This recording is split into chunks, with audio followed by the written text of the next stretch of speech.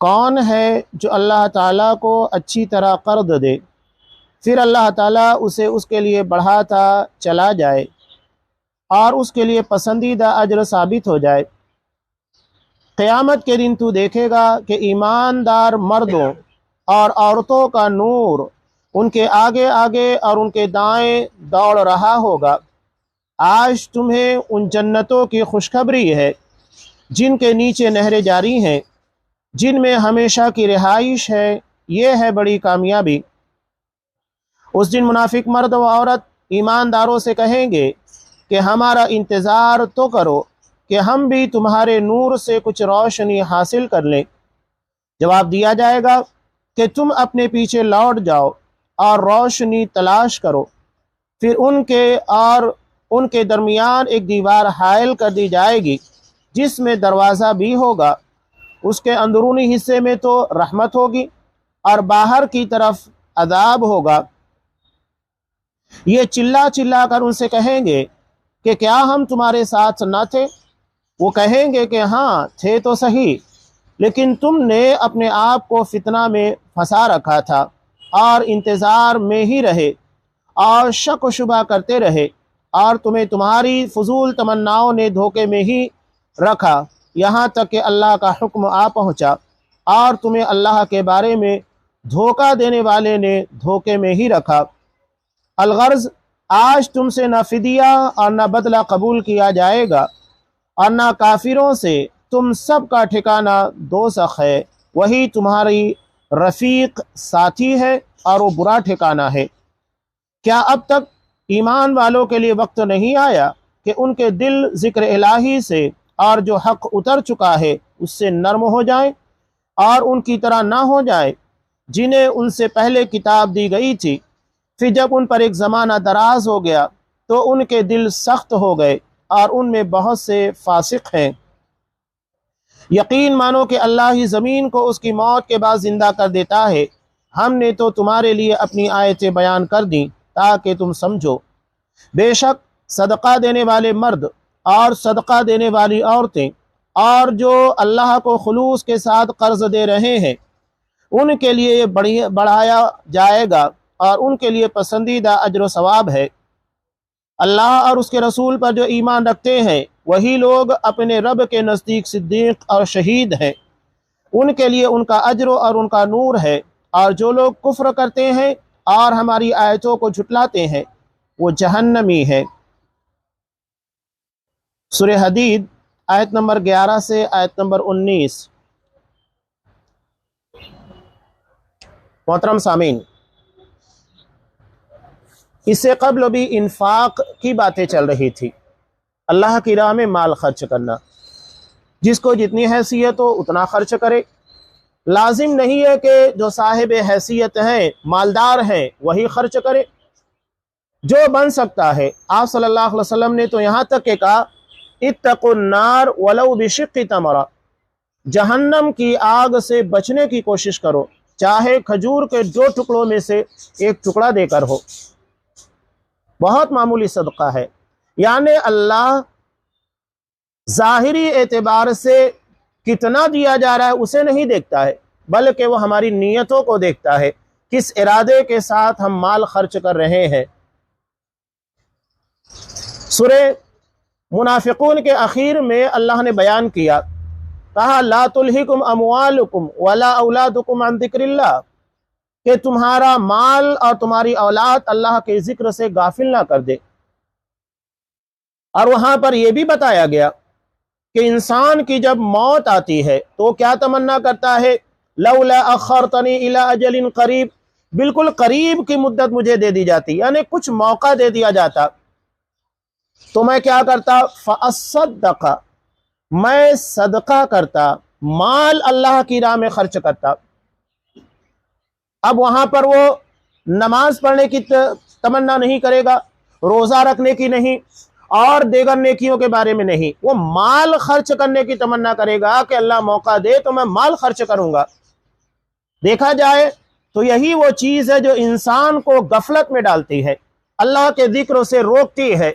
इंसान अगर हलाल और हराम की तमीज भूल जाए तो यही माल उसे अल्लाह की इबादत से रोक देने का, बल्कि उसकी इबादतों के ज़ाय कर देने का सबब बन जाता है। आप सल्लल्लाहु अलैहि वसल्लम ने इरशाद फरमाया, जैसा कि तिर्मिज़ी की रिवायत में है, लिकुल्लि उम्मतिन फितना व फितनतु उम्मती अलमाल, हर उम्मत के लिए अल्लाह ने एक आजमाइश रखी थी जिसके जरिए उस उम्मत को आजमाया गया, और मेरी उम्मत को माल के जरिए आजमाया जाएगा।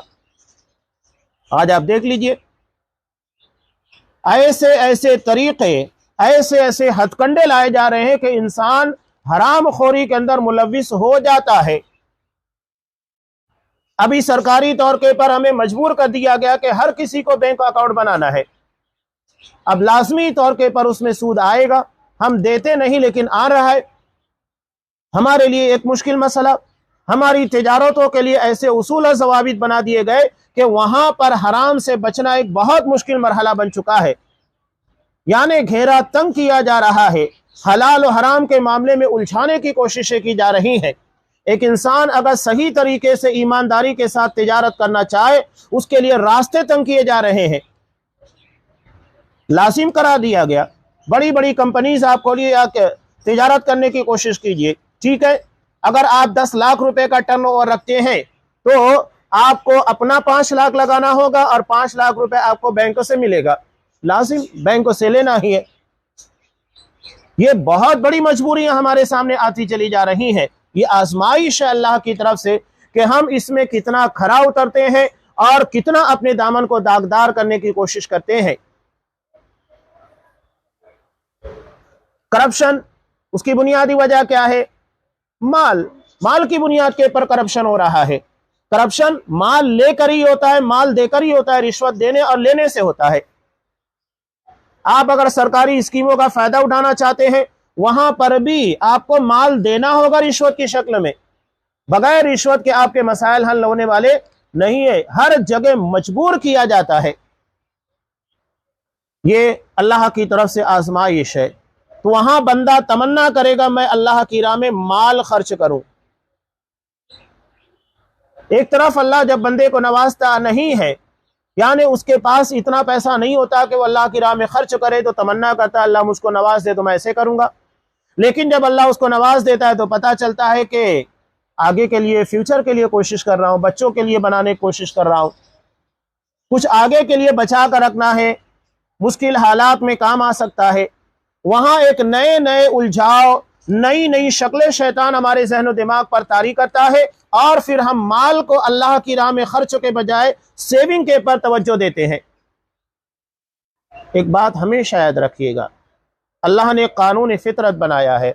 एक हदीस अब आप 12 पढ़ते हैं ना अबू दाऊद की, कि जो बंदा दुनिया में किसी की मुश्किल आसान करेगा, किसी मुसीबत के अंदर काम आ जाएगा, तो अल्लाह आखिरत की किसी मुसीबत से उसको निजात देगा।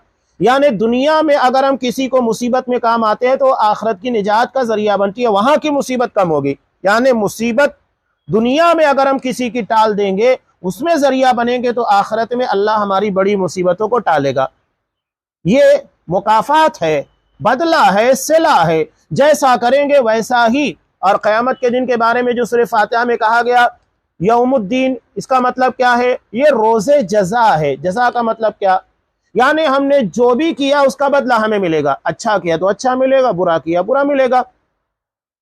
जैसा कि हमारे यहाँ मजदूरी जुमा के दिन दी जाती है, तो हमने जितना काम किया उतना ही दिया जाएगा। ऐसा नहीं है कि उसमें कुछ काट लिया जाए, या फिर ये होता है कि कुछ बढ़ाकर दे दिया जाए, नहीं।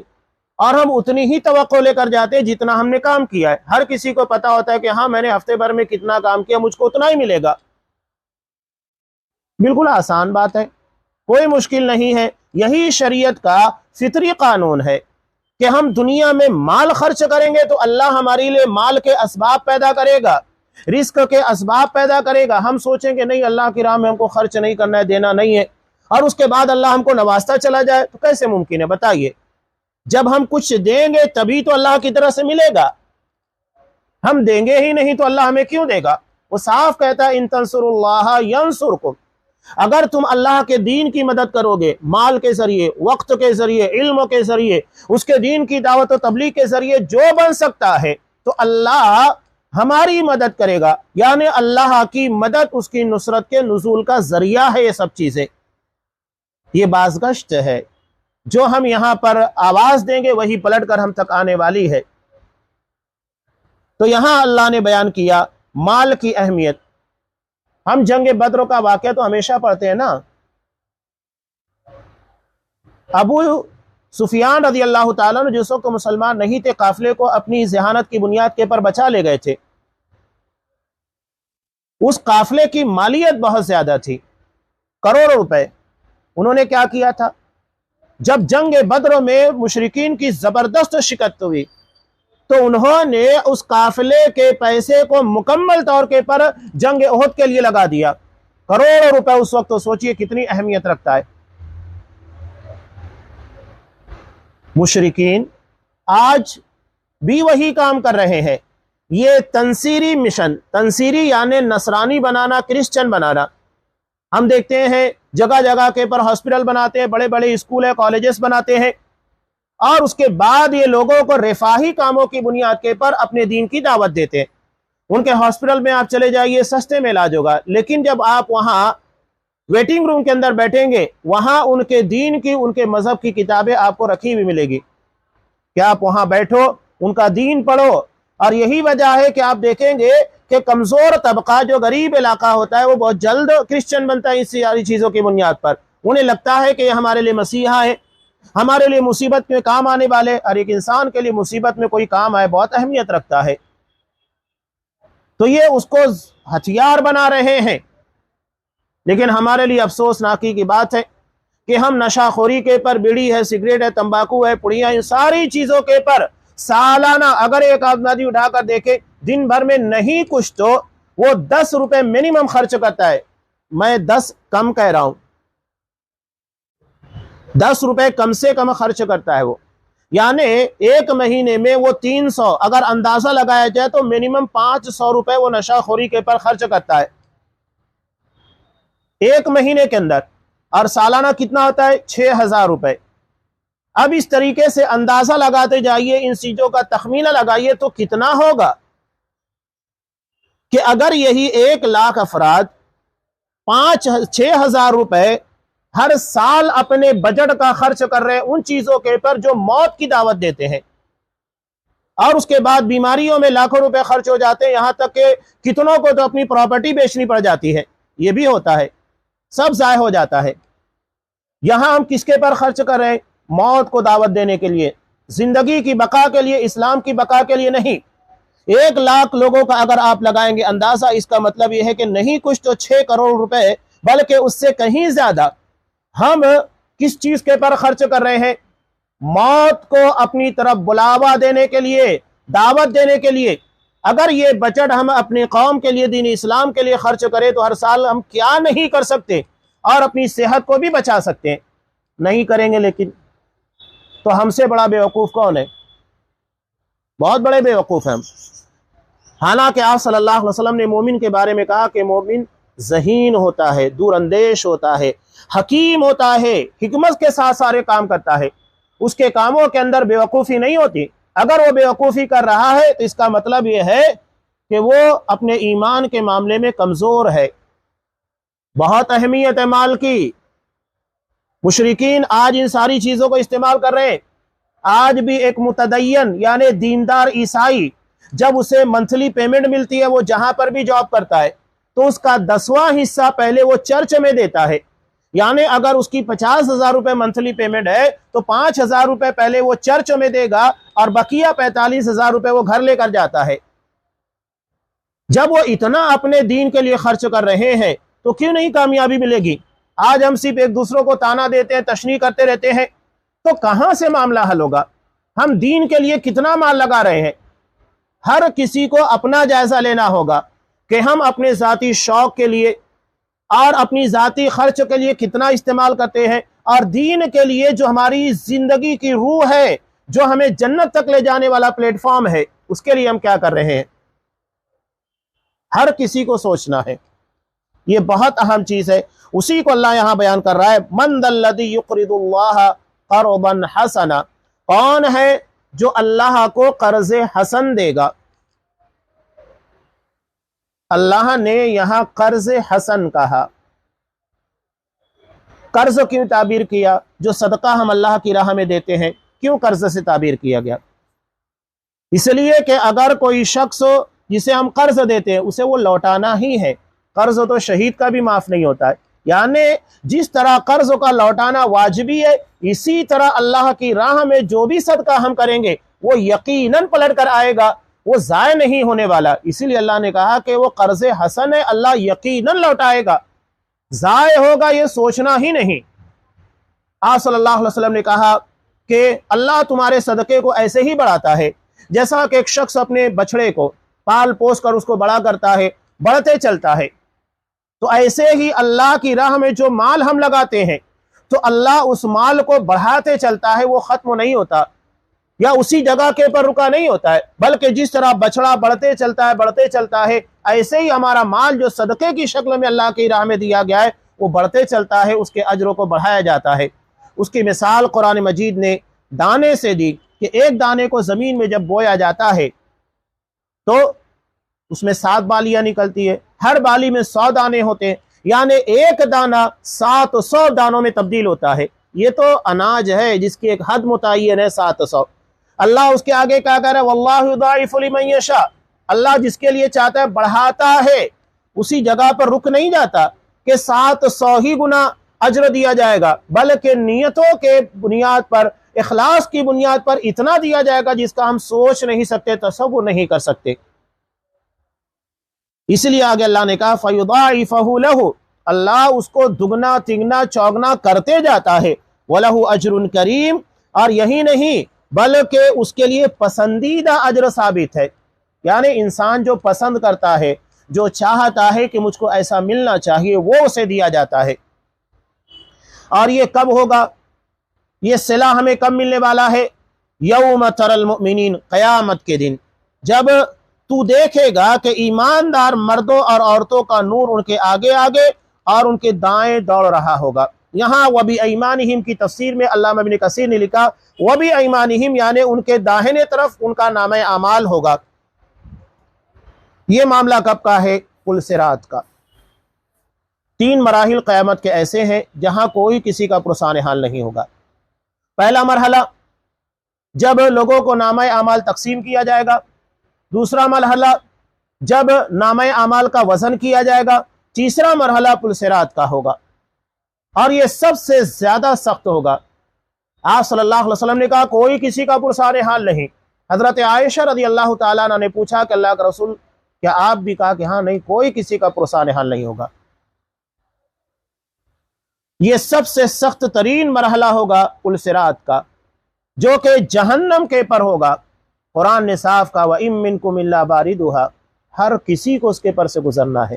कान अला रब्बिका हतमम मक़दिया, ये अल्लाह का बिल्कुल वाजिबी फैसला है, कोई उससे बचने वाला नहीं, हर किसी को उस पर से गुजरना है। कोई अपने ईमान के बकद्र पलक के झपकते हुए गुजर जाएगा, यानी जिस तरह आप पलक झपकते हैं इतना बड़ा रास्ता पलक के झपकने की तरह गुजार दिया जाएगा। कोई बिजली की तरह, कोई तेज रफ्तार सवारी की तरह, कोई दौड़ते हुए, कोई पैदल चलते हुए। जिसका जैसा ईमान होगा वो अपने ईमान के बकद्र उस रास्ते को, उल पुल सिरात को पार करेगा, जो कि बाल से ज्यादा बारीक, तलवार की धार से ज्यादा तेज होगा। ऐसा पुल होगा जिसपे से हर किसी को गुजरना होगा। अब वहां अहले ईमान के पीछे मुनाफिकीन होंगे। कुछ दूर तक अहले ईमान की रोशनी, जो नूर उस पुल सिरात के पर चलने के लिए उनको दिया जाएगा, उसकी रोशनी में चलेंगे, लेकिन अचानक कुछ दूर जाने के बाद उस रोशनी से उन्हें महरूम कर दिया जाएगा, बिल्कुल अंधेरा छा जाएगा। तो वहां पर ये क्या कहेंगे मुनाफिक मर्द और औरतें ईमानदार लोगों से, हमारा इंतजार तो करो, इतनी जल्दी क्या है, थोड़ा रुको, तुम्हारी रोशनी में हम फायदा उठाए, हम भी तुम्हारे नूर से कुछ रोशनी हासिल कर लें। तो जवाब क्या दिया जाएगा? पीछे लौट जाओ, हमारे पीछे आना नहीं। जिस तरह के हम दुनिया में देखते हैं कि अगर कोई हमारे गले पड़ जाता है, कहीं जा रहे हैं, तो हम क्या कहते हैं? मेरे पीछे नहीं आने का, अपना रास्ता देख, अपनी राह चल। सीधा वहां पर टका सा जवाब अहले ईमान देंगे, पीछे लौट जाओ, रोशनी तलाश करो, जहां हो वहां से ले लो। और उसके बाद उनके दरमियान एक दीवार हायल कर दी जाएगी, यानी अब वो पुल सिरात खत्म होगा, अहले ईमान जन्नत में चले जाएंगे और ये दीवार जन्नत और जहन्नम के दरमियान होगी। और उसमें एक दरवाजा भी होगा, उसके अंदरूनी हिस्से में तो रहमत होगी, यानी अहले ईमान उन सारी नेमतों से लुत्फ अंदोज हो रहे होंगे, और बाहर की तरफ अदाब होगा। यहां मुनाफिकीन के लिए, तमाम मुशरिकीन कुफ्फार के लिए बहुत हसरत की बात होगी।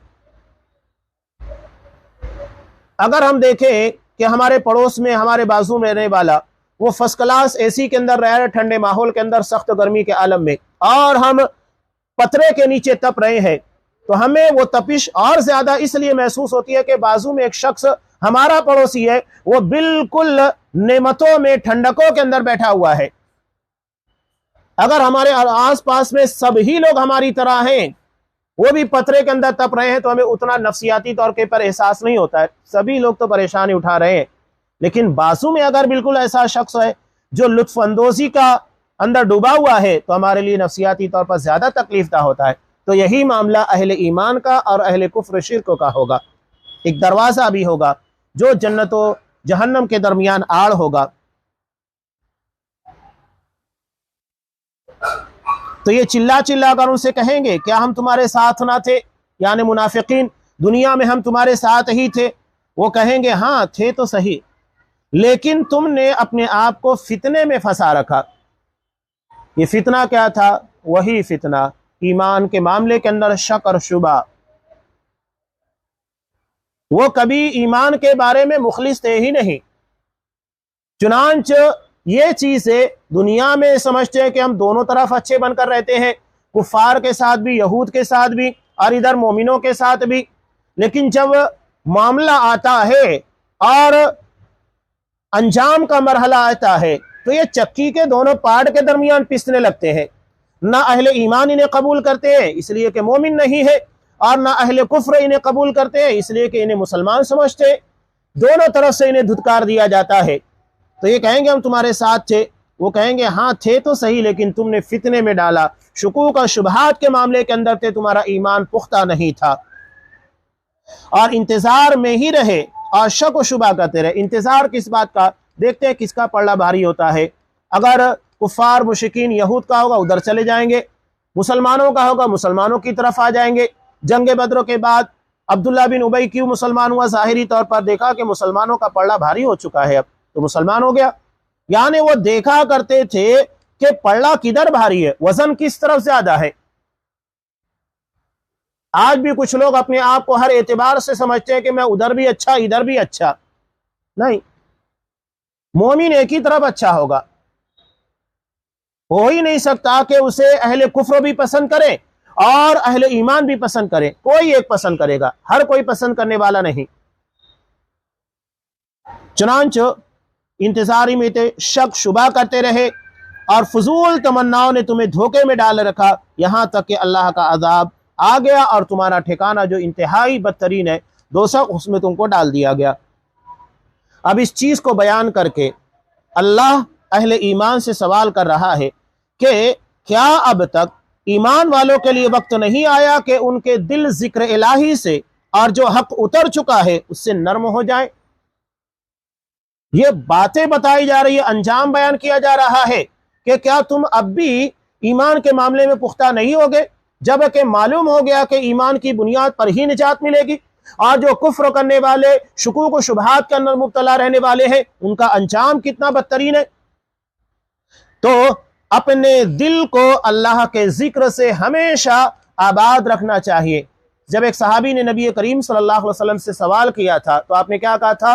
रत्तिब लिसानक बिदिक्रिल्लाह, अपनी जबान को अल्लाह के जिक्र से तरोताज़ा रखो। अल्लाह इब्न क़य्यिम रहमतुल्लाह अलैह बहुत प्यारी बात कहते हैं कि इस्तिग़फ़ार यानी अल्लाह से अपने गुनाहों की मग़फ़िरत को लाजिम पकड़ लेना चाहिए, इसलिए कि ये जहन्नम में जाने से रुकावट है। बहुत बड़ी नेमत है कि किसी शख्स को अल्लाह के जिक्र की तौफीक मिल जाए। आज खास तौर से नौजवानों के लिए, बच्चों के लिए और आम लोगों के लिए एक मसला बनते जा रहा है। टेक्नोलॉजी के इस दौर में हम देखें, जिसको देखो हेडफोन लगाए हुए है, गाने सुन रहा है और देकर सारी चीजों के अंदर मगन है। अगर इसी हालत में अगर मौत आ गई तो क्या होगा? अगर शौक ही है तो अपनी जबानों को अल्लाह के जिक्र से आबाद कीजिएगा। बहुत सारे अस्कार हैं, आदत डाल दीजिए, इंशाल्लाह आदत बन जाती है और फिर दिल उसी पर अटक जाता है, उसके बगैर किसी दूसरी चीज के पर राजी नहीं होता। तो अपने दिल को फेरिए उसकी तरफ, अल्लाह के जिक्र की तरफ, और इसके जरिए से एक बड़ा फायदा यह होगा कि हमें बहुत सारी दुआएं याद हो जाएगी। आप काम भी करते रहिए, अल्लाह काम में भी बरकत देगा, हर चीज के अंदर इसकी बुनियाद के पर बरकत होगी।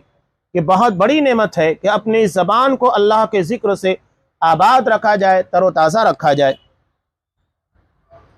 आगे अल्लाह ने बयान किया, जान लो ये जो चीज बयान की गई कि आखिर ये दिलों के पर सख्ती क्यों होती है, उसकी वजह यह है कि वो अल्लाह के जिक्र से गाफिल होते हैं।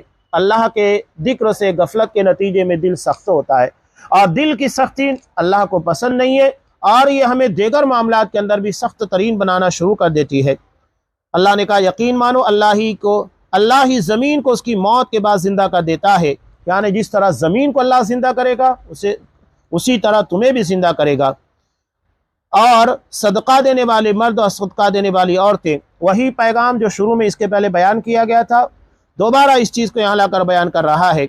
जो अल्लाह को खुलूस के साथ कर्ज दे रहे हैं उनके लिए बढ़ाया जाता है, बढ़ते रहता है, उसके अजरों को बढ़ाया जाता है और उन्हें पसंदीदा चीज़ें अता की जाने वाली है। अल्लाह और उसके रसूल पर जो ईमान रखते हैं वही लोग अपने रब के नज़दीक सिद्दीक है। अंबिया के बाद जो 4 मकाम कुरान मजीद में बयान किए गए हैं, सिद्दीकीन सबसे पहले अंबिया का, रसूलों का मकाम है, उसके बाद सिद्दीकीन का, उसके बाद शुहदा का, शहीदों का, और चौथा आम मुसलमानों का, आम नेक लोगों का है। तो रसूलों के बाद जो मकाम है वो सिद्दीक का है।